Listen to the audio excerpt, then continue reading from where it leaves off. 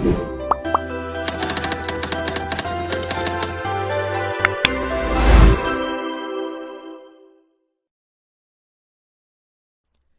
өдрийн минь төргий би өмнөх бичлэгээр амлсан ёсоор хэрхэн бичлэгээ эдитлж янзалдаг талаараа заавар бичлэг болгон бэлдлээ.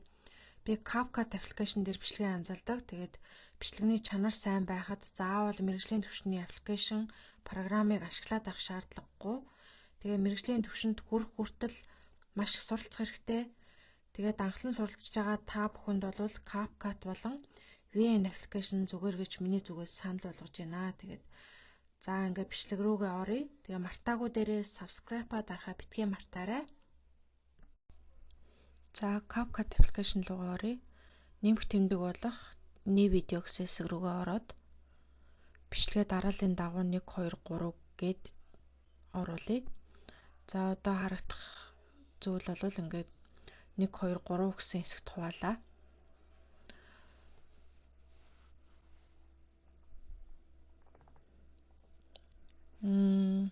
Сонгосон хэсгээ идэвхжүүлээд зүүм хийж өөрт хүссэн хэмжээгээр тохируулж болно гэсэн үг. За одоо текст бичиж оруулъя.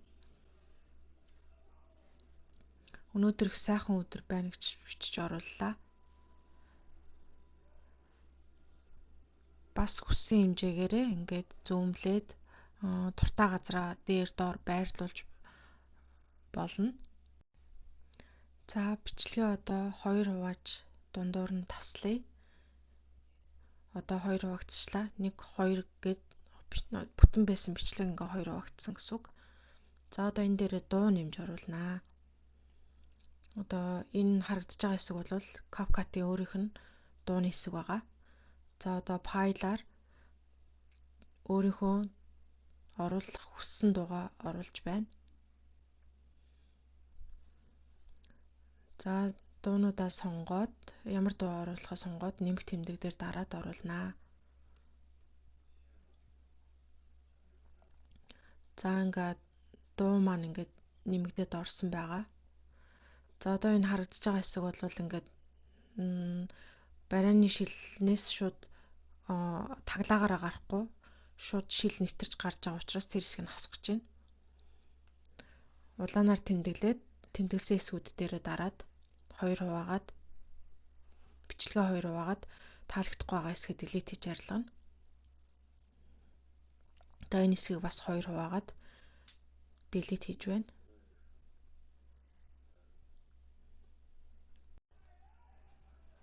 За бичлэгэндээ жоохон өнгө нэмж stickers хэсэг рүү ороод стикер нэмж оруулж байна. Тэгээ бичлэгнийхэн төгсгөл хүртэл энийг татаа сунгаад байршуулж болно. За энэ харагдаж байгаа хэсэг бол одоо стикерийг бишээ текстийг бас ингэж хүсснээрээ янз бүрийн дизайнтай шивж оруулах боломжтой. За би ингэж жишээн дээр тайлбарлаа харуулж байгаа болохоор ингэж хамаагүй бичиж оруулж байгаа шүү. Өнөөдөр гэсэн үг шивж оруулж байна.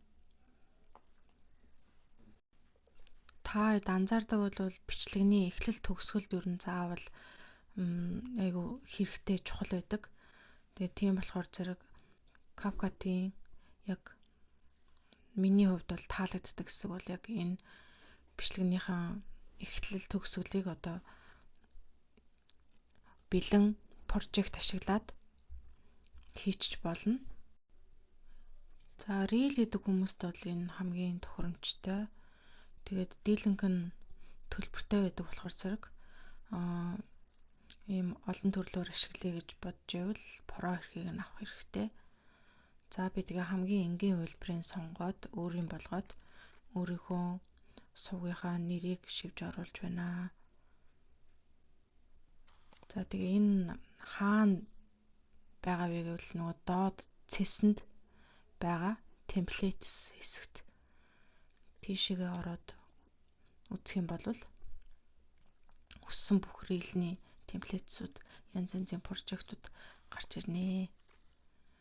За би англи хэл байхгүй. Тэгээд буруу хэлжиж магадгүй. Битгий шүмжлээрээ. За одоо ингээд бичлэгнийхээ эхлэл хэсгийг оруулчихсан болохоор зэрэг ингээд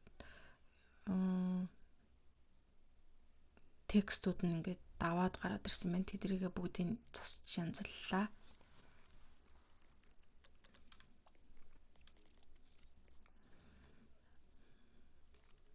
Ерөнхий ингээд текст оруулаад тэгээ бичлэгээ хуваагаад устгаад сурчих юм бол бусд нь бол аяанда өөрөө оролдоо сурчна. За тэгээ хамгийн төгсгөл хэсгийн тэр CapCut гэсэн логог заавал арилгаарай. За одоо бичлэгнийхэн төгсгөлийг би хийх гэж байна. Одоо ингээ үзсэнд баярлалаа гэд. Бас хамгийн энгийн хувилбарыг сонгож оруулж байна. За энэ доотлын текстүүдийн бүгдийг засаж өөр юм болгох ёстой. Засах шаардлагагүйнуудын зүгээр ингээд үлдээчих болно.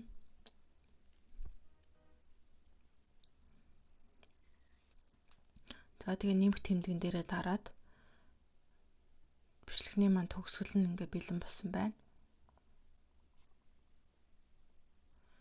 За тэгээд би дуу нэмж оруулахар шийдлээ. Өөрийнхөө зохиосон төг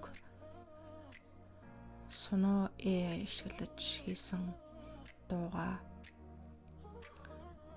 нэмж оруулж байна. Тэгээд за одоо энэ дээр фильтр нэмье. Бас энэ diamond тэмдэглэгээтэй зүйлүүд бол бүгдээрээ дандаа төлбөртэй про хэрэгтэй нь байдаг. Тэгээд тэмдэглгээгүй зүйлүүдийг нь ашиглаж болно.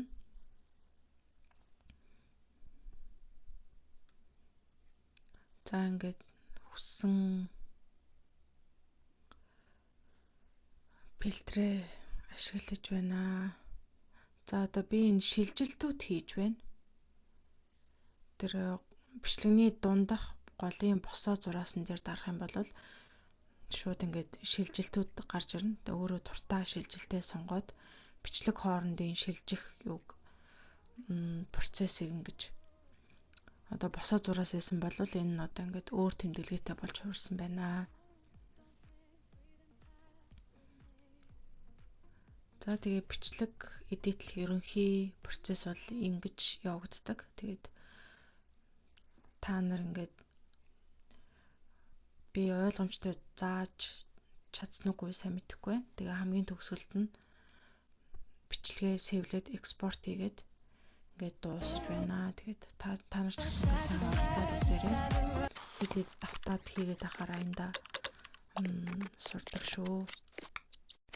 Гар утасны хамгийн амархан хувилбар учраас тэгээд та нар маань сурсан зүйлээ дахин оролдоод давтаад байгаарай. Тэгэх юм бол маш хурдан сурах болно.